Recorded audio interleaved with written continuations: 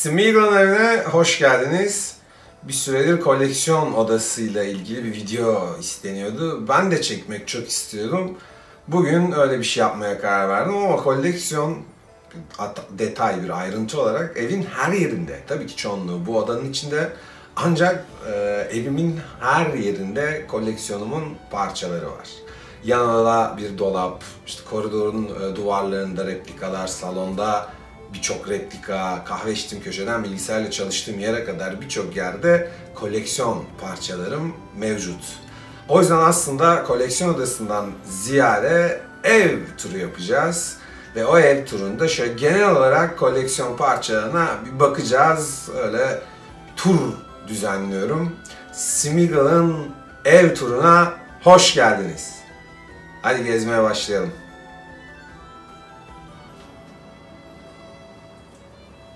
Şimdi ben normalde videoları montajlarken veya onların işlenmesi sürecinde şu an kameranın bulunduğu pozisyonda oturup çalışıyorum.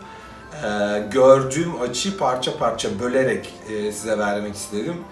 Bu duvarı bu şekilde görmek ciddi anlamda motive edici bir durum. Ayrıca televizyon seyrederken de arka plan olarak biraz çizgi dışı olduğunu düşünüyorum.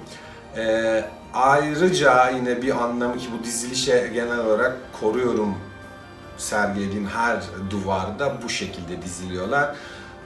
Burada İstanbul'daki bu ürünleri bulabileceğiniz 3 firmanın hepsinden alınmış bir şey var. Dreamers'dan, işte POW Collectibles'dan, Hero Select'ten hepsinden birer ürün şu an duvarın üzerinde duruyor. Oldukça motive edici bir çalışma ortamı haline geliyor. Televizyon özellikle de Yüzüklerin Efendisi, Tolkien bazlı bir şey izlerken oldukça motive edici oluyor. Sağ baştan saymaya başladığımızda evet, Gimli'nin baltaları, Elf kalkanımız, Herugbrim, Theoden'in kılıcı, Narsil, Anduril'imiz, Witch King'in kılıcı, Eowyn, Gondor'un ağacının bulunduğu o fantastik ürün, Glamdring, Sting ve bir anda sağa döndüğümüzde evet, Balin'in topuzu olarak geçen bence kılıç veya yıldız uçlu tornavida diyebileceğimiz yer. Bu çok güzel bir seridir. Bunları çok göremeyeceğiniz bir şey. Masterworks'un efsane fotoğraflarından film kareleri. O fotoğraflardan duvarlarda çok var. Bayağı bir göreceksiniz. Genel olarak şöyle alalım. Bir de oturup televizyon seyrederken nasıl gözüküyor? Bence ona da bakalım. Şimdi seyrederken bu sahnede görüntü bu. Orada bir önceki videonun çektiğim malzemede ben şimdi tembel olunca böyle oluyor. Arkadan Theoden bağırırken şu şekilde seyrediyorsun.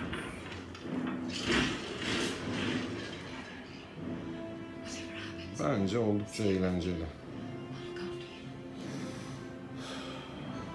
İyi tarafından bakmak lazım. Yıllarca işverenleri zengin etmek için sarf ettiğimiz saatler sonunda gelip burada böyle oturup bunu seyredip bu görüntüyle rahatlıyorsunuz.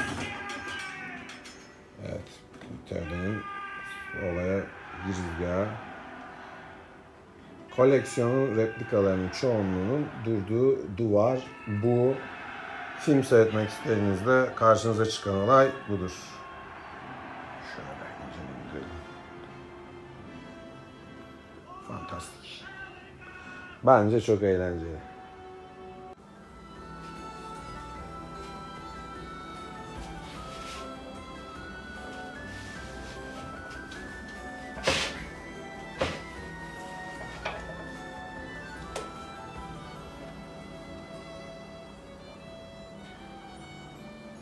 Evet, bütün gün çalıştınız diyelim, işte ya da bir şekilde yorgun geldiniz.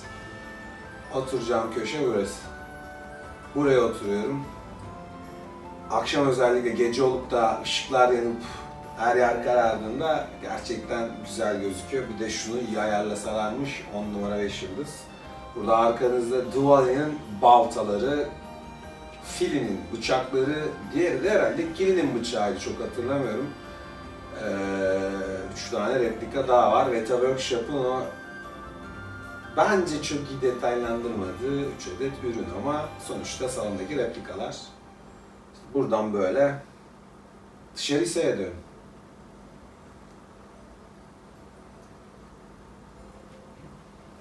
Hadi.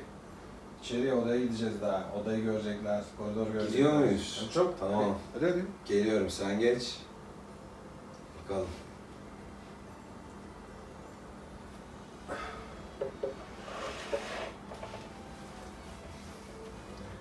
Evet. Gidelim de bir de odayı görelim ama önce size bir dışarının nasıl gözüktüğünü de göstermek istiyorum.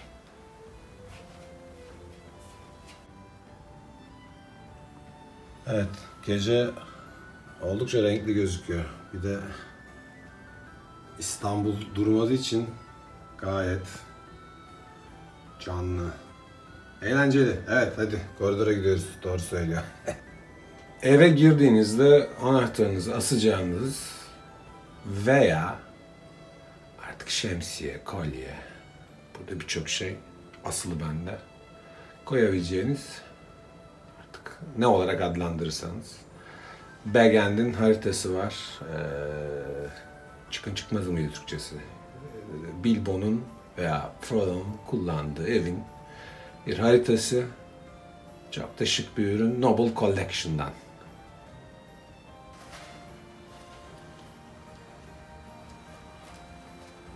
Evin içine veya ocağa geçmeden önce söyleyeyim. En çok kullandığım şeylerden biri o green screen dediği yeşil ekran hikayesi. Bir tek o köşedeki oyun kağıdı işaretlerini yok etmesi biraz sıkıntı oluyor. Onun dışında çok fonksiyon, istiyorsanız üzerinde kağıt da oynayabiliyorsunuz, istiyorsanız video çekiyorsunuz. Buyurun bir koridora, bir odaya bir bakalım bence.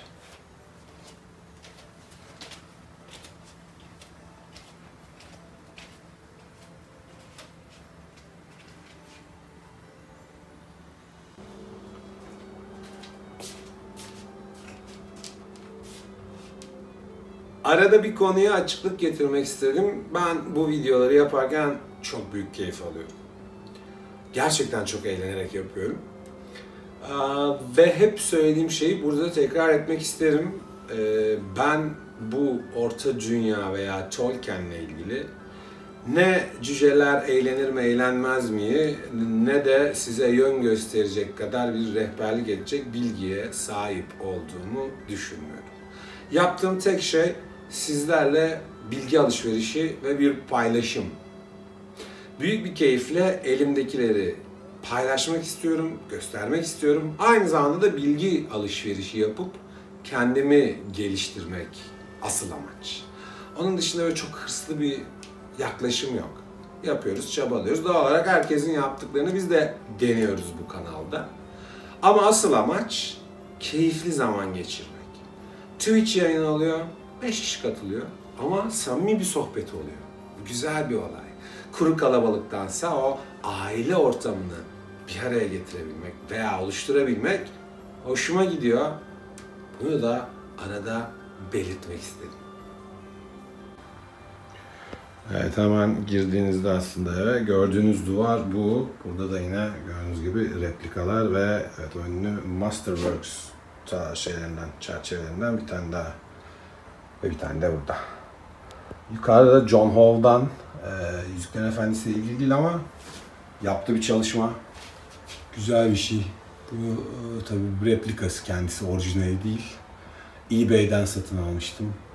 Rhino Armor diye bir hikaye. Böyle bir çizim yapmış. Çizdiği şeyin de bu şekilde baskısını alıp satıyorlardı. Benim de hoşuma gitti. Orijinallerine göre gayet ucuzdu. Evet, bu koridora girdiğinizde göreceğiniz görüntü, hemen arkasından zıt diye bu tarafa dönüyoruz. Evet, elf kılıcı. Yani üstü altta birer Masterworks ile desteklenir durumda. Buradan evet, Thranduil. Güzel bir kılıç. Yine aynı şekilde.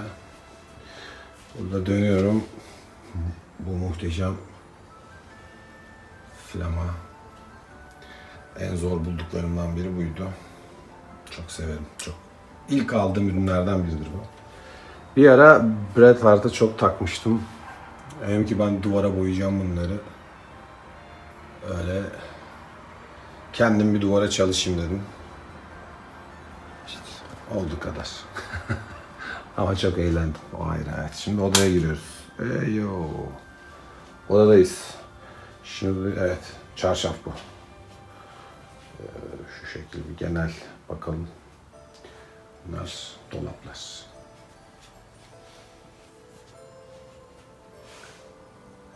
Bunları şimdi tek tek açacağız. İşte radagast. Asılmayı bekliyor. Şimdi ben size dolapları gösterirken çekimi tabii ki ben yapacağım. Dolapları asistanım açacak. Smeagol anlatacak. Kalım. Anında işte dolapları açacak tahmin edince.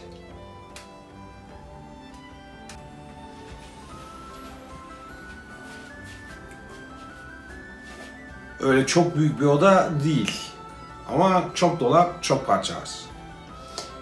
Şimdi tek tek hepsini açacağız.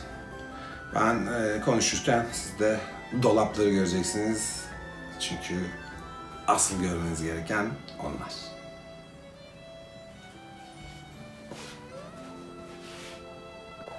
Evet, bu ilk ufaklıklardan. Bunları Ikea'da bulduktan sonra bunlardan çok aldım. Büyüklerin yanına monte ediyorsunuz. Size çok güzel yer sağlıyor. Görüldüğü gibi her rafta mutlaka yoğun ürünümüz mevcuttur.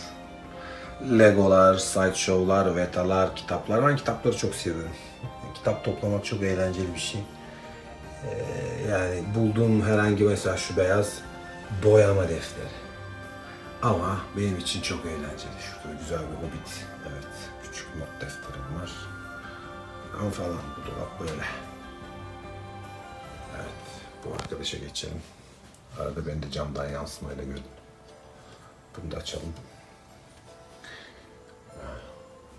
Süper bir üst. Bu arada dolapların üstüne de var işte bir şeyler. Sideshow Veta grubumuz. Hemen altında evin sahibi Boromir'a bakarken. Güzel heykel ama dolabın derinliğinden dolayı devamlı yan tarafı kesmek zorunda. Çünkü düz koyduğunuzda sığmıyor. Daha derin lazım. Daha derin dolap içeride. O da dolu. Evet, bu şekilde dolapta. Budur. Kapısını kapatalım. Evet, sıradaki açıyoruz. Ve bakıyoruz. Kitap ayraçlarımız, yabancı basınlar. Mesela The Lay of Atru ve Trun. Çok bilinmeyen hep şeyleri duyuyorsunuz. Cüceler ne yapardı? Elflerin özellikleri neydi? İşte sakallı kadınlar, sakallı çocuklar, onlar bilmem ne, bunlar bilmem ne. Bir Yüzüklerin Efendisi ile Hobbit konuştunuz mu? Herkes Tolkien üstadı. Oradan sonra sorduğumu duayen. Ama kimse onun dışında yazdıklarına bakmaz. Popüler kültür. Celebrimbor. Evet, telaffuz öğrendim. Alkışlıyorum. Alt tarafta Yeni Zelanda'dan alınmış olan kutulu şekilde Hobbit figürleri. Ne yazık ki Toy Biz'in kalitesinin yanına bile yaklaşmadıkları için çok popüler olmadılar. Krallar grubu. Galadriel de bir nevi kral sayılır. Evet. Bunu da kapatıyoruz. Ve sıradaki dolabımız. Evet, yukarıda da kutulu Toy Biz'lerimiz mevcut.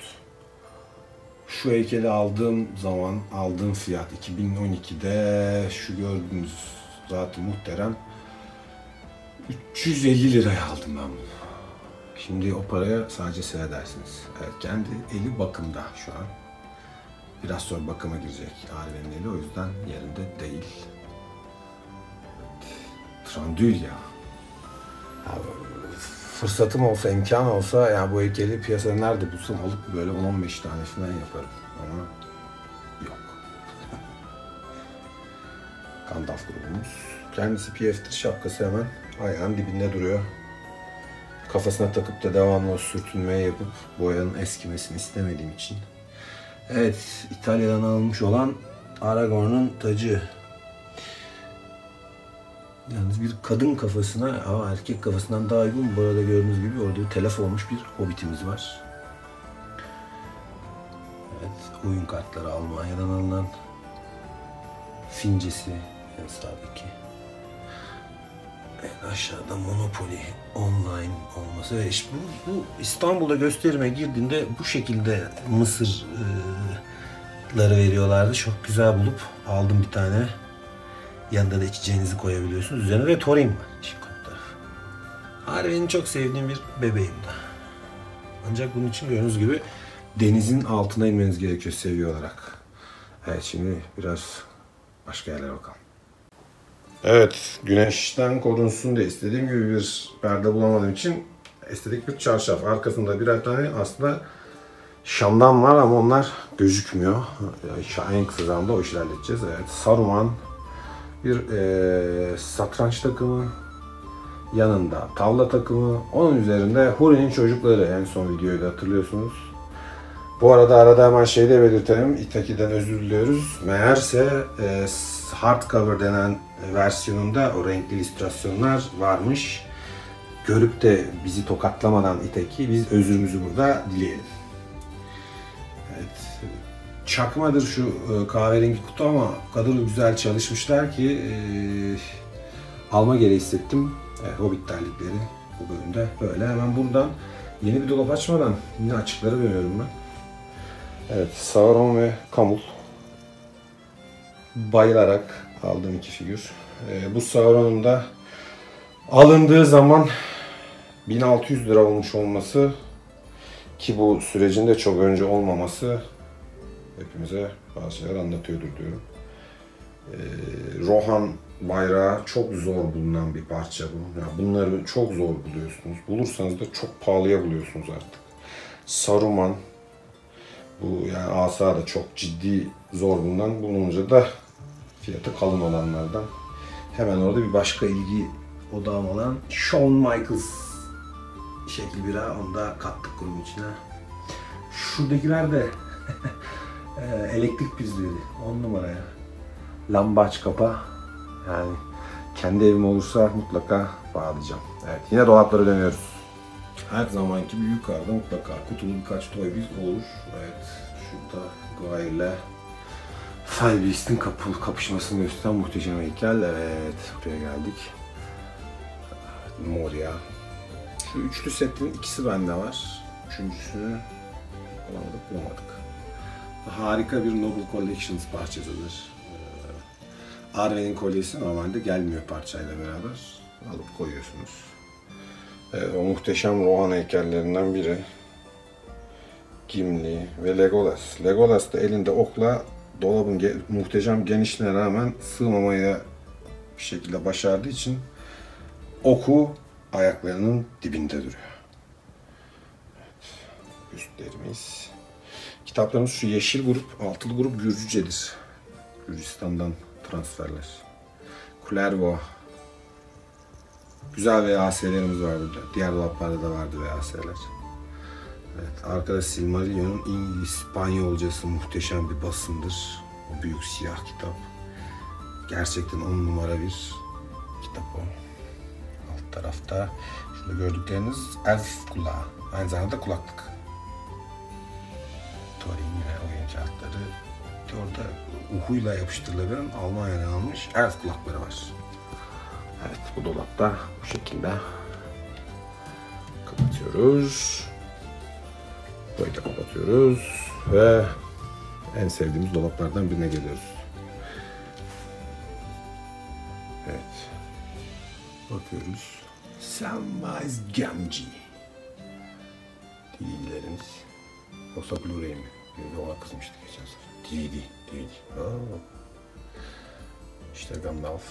Şu arkadaki efsane bir şey. Bunlar zarf ve üzerinde pulu. Bayıldığım bir seri. Yani çok egzantrik bir ürün. Galiba McDonald's galiba bunlar. Çok güzeller. Bit pazarından aldım, Ankara'dan. Evet, yüzüklerimiz. Ve Fransızca Tolkien kitaplarımız. Evet, 2 tane özel seri var burada. 50. yıllar 2 tane. Ama farklı.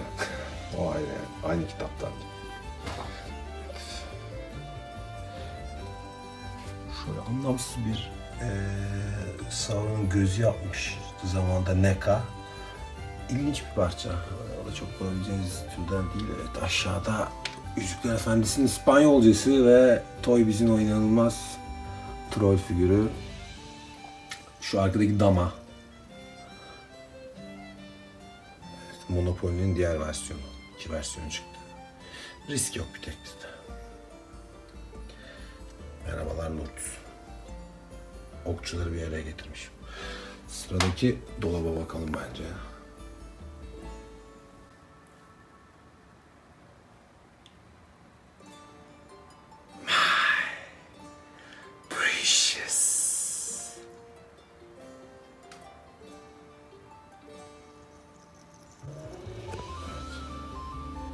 Beowulf.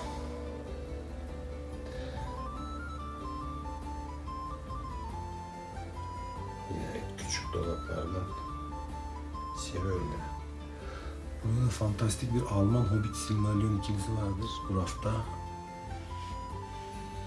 Evet, Şilop ve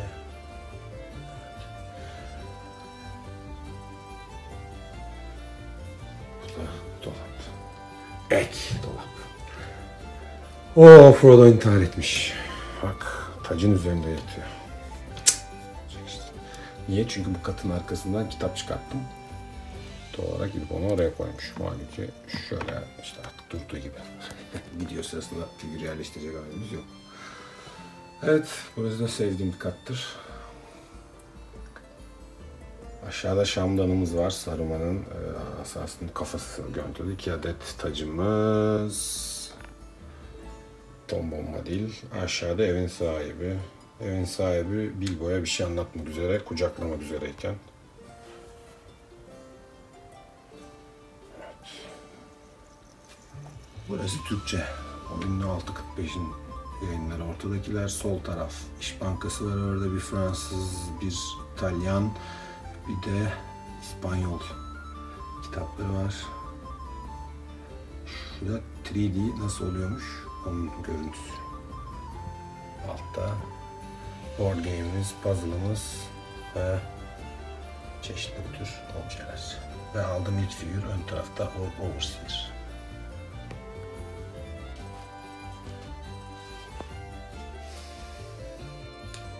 Adam karizmatik. My precious.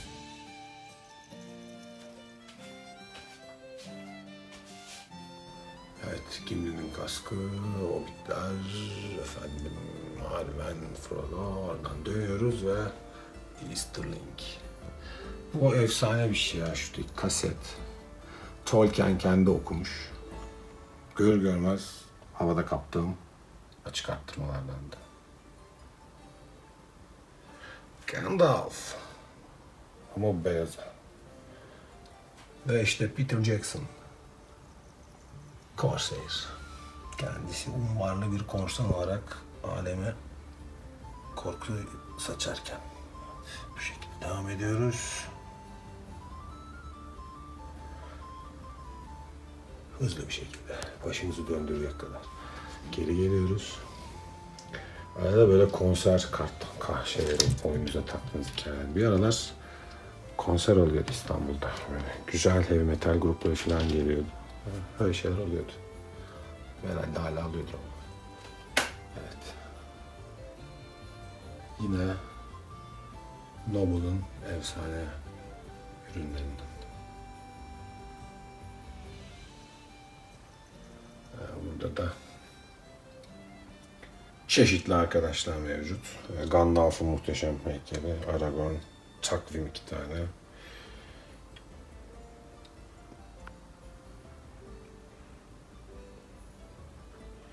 En sevdiklerim. Kutulu DVD'lere bayılıyorum ben.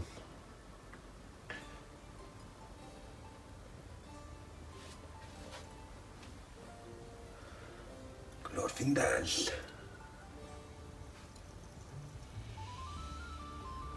Ve altta yine masaüstü oyunlarımız ve bir adet puzzle'ımız mevcut. Bu dolapta budur. Evet, genelde bu odadaki dolabı ben de çok fazla görmüyorum aslında. Burada aile fotoğraflarımın da olduğu ve gayet büyük heykellerin yer aldığı geniş bir dolabım var. İçeriye sığmadığı için burada aslında bu dolap. Beşiktaş formalarım, yemek kitaplarım, sevdiğim birkaç roman. İyi yemek yaparım, konuyla ilgili iddialıyım. Kapışırım. Mesela bakın, bu seramik tabakta en sevdiğim koleksiyon parçalarındandır.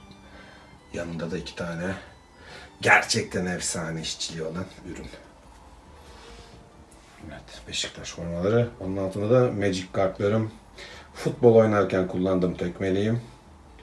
Yine birkaç tane sevdiğim kitabım var.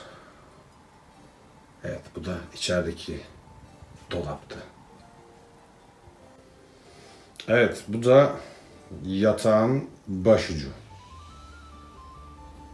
Seviyorum, efsane ürün. Kısa ve hızlı olacak bu. Yatağın kafası şurada. Yatağın arkası da Gondor. Hastasıyız.